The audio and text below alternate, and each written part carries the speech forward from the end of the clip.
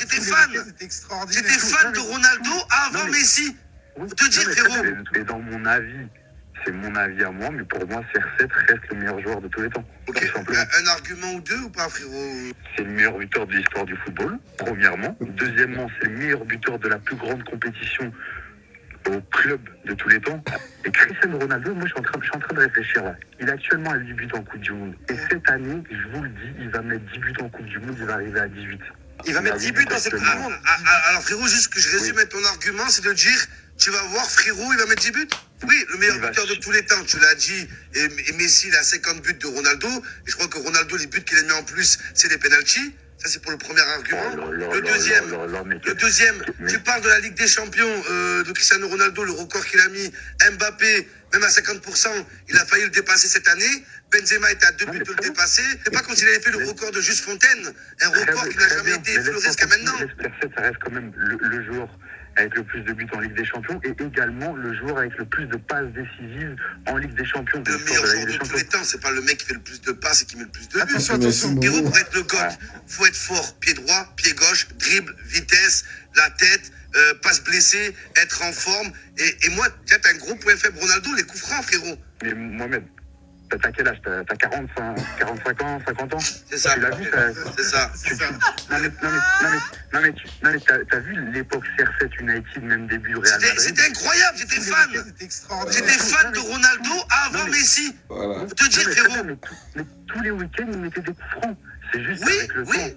C'est juste qu'avec le temps, avec le temps, tu deviens moins bon. Eh ben Messi, au contraire, Messi, il s'est embelli en coups francs et il les a travaillés jusqu'à les perfectionner en fait. Dis-le. En fait, l'évolution de Messi, pour moi, elle va plus dans le sens du GOAT que l'évolution de Ronaldo. L'évolution de Ronaldo, elle est encore plus belle parce que, en fait, c'était un ailier pur et c'est devenu une machine à but. Même au début, à Manchester United, il jouait milieu droit. Il jouait milieu droit et c'était l'un des meilleurs buteurs de Mais première il est ligue. extraordinaire, Ronaldo. Là où tu te trompes de combat, c'est que tu le mets dans le débat du GOAT. Arrêtez ça, en fait. Mais quel GOAT, le vrai GOAT, ça reste Cristiano Ronaldo dos Santos Aveiro. Mais la crotte, frérot, la crotte. Mais vraiment, je te le dis. J'ai l'impression T'es en train de soutenir un vendeur de slip. Le Portugal, ils ont le meilleur effectif au monde depuis 2-3 compétitions. À cause de CR7, ils passent même pas les huitièmes de finale. Mais qu'est-ce que tu me blagues? Et le seul trophée qu'a gagné le Portugal, Ronaldo, il était sur le banc en finale, il était blessé.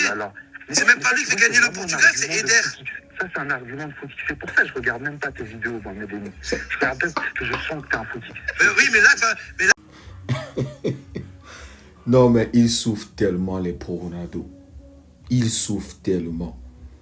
Non, mais regardez à quel niveau les gars, à quel point les gars attendaient Cristiano Ronaldo dans cette Coupe du Monde. Là où les attentes des pro Ronaldo étaient. Vous l'avez suivi. Cristiano Ronaldo va mettre 10 buts. C'est-à-dire qu'il s'attendait à ce que CR7 choque la planète.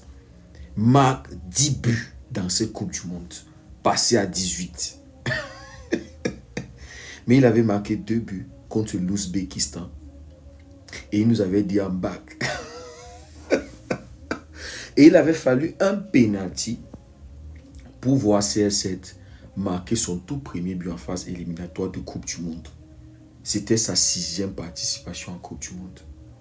En 2022, les gars nous avaient promis une Coupe du Monde de malade mental de CR7. Ils avaient dit que CR7 allait remporter la Coupe du Monde et tous les clubs européens allaient être à ses pieds avec des chèques blancs en train de le supplier. Oh là là, les gars. Je vous dis, les gars, s'ils souffrent atrocement.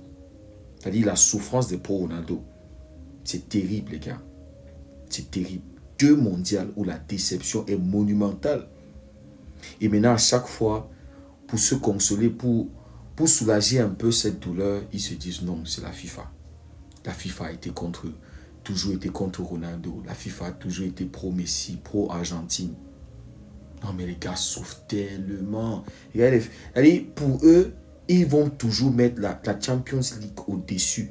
Quand on va parler du débat du GOAT, Cristiano, meilleur buteur de la Champions League, meilleur passeur de la Champions League. Les gars, on parle de la Coupe du Monde, non? La Coupe du Monde, c'est la compétition la plus prestigieuse, c'est le plus haut niveau. Et votre soi-disant GOAT a eu 0 impact Zéro. Vous parlez d'une compétition européenne. Européenne. On parle de la Coupe du Monde. C'est toute la planète qui est concernée. Même les gars du pôle Nord, pôle Sud. Mais vous allez toujours revenir avec l'argument de la Champions League. C'est tout. Le nombre de buts que CR7 a mis. Le meilleur buteur. Après ça, quoi? Quel autre argument? Apporter autre chose à la table. Nous, on est fatigué de ça. CR7, c'est 960 combien de buts? Mais si c'est 900 aussi, vous parlez de ses passes décisives en Champions League. Mais il y a combien de passes décisives au total? Oh là là. Oh là là. Mais regardez comment regardez la déception des Madrilènes, les gars. Ils attendaient, en fait, des pro Ronaldo. Ils attendaient Ronaldo tellement. Non, les gars, non. On ne peut pas souffrir comme ça, là. Non. On ne peut pas souffrir comme ça, là. C'est trop. C'est trop. On les avait dit 2022, baisser les armes. Non. Ils attendaient CR7 dans cette Coupe du Monde. Mais le gars était back contre l'Ouzbékistan. Juste après pour back contre l'Espagne. Et pour ne rien foutre. Terrible, les gars.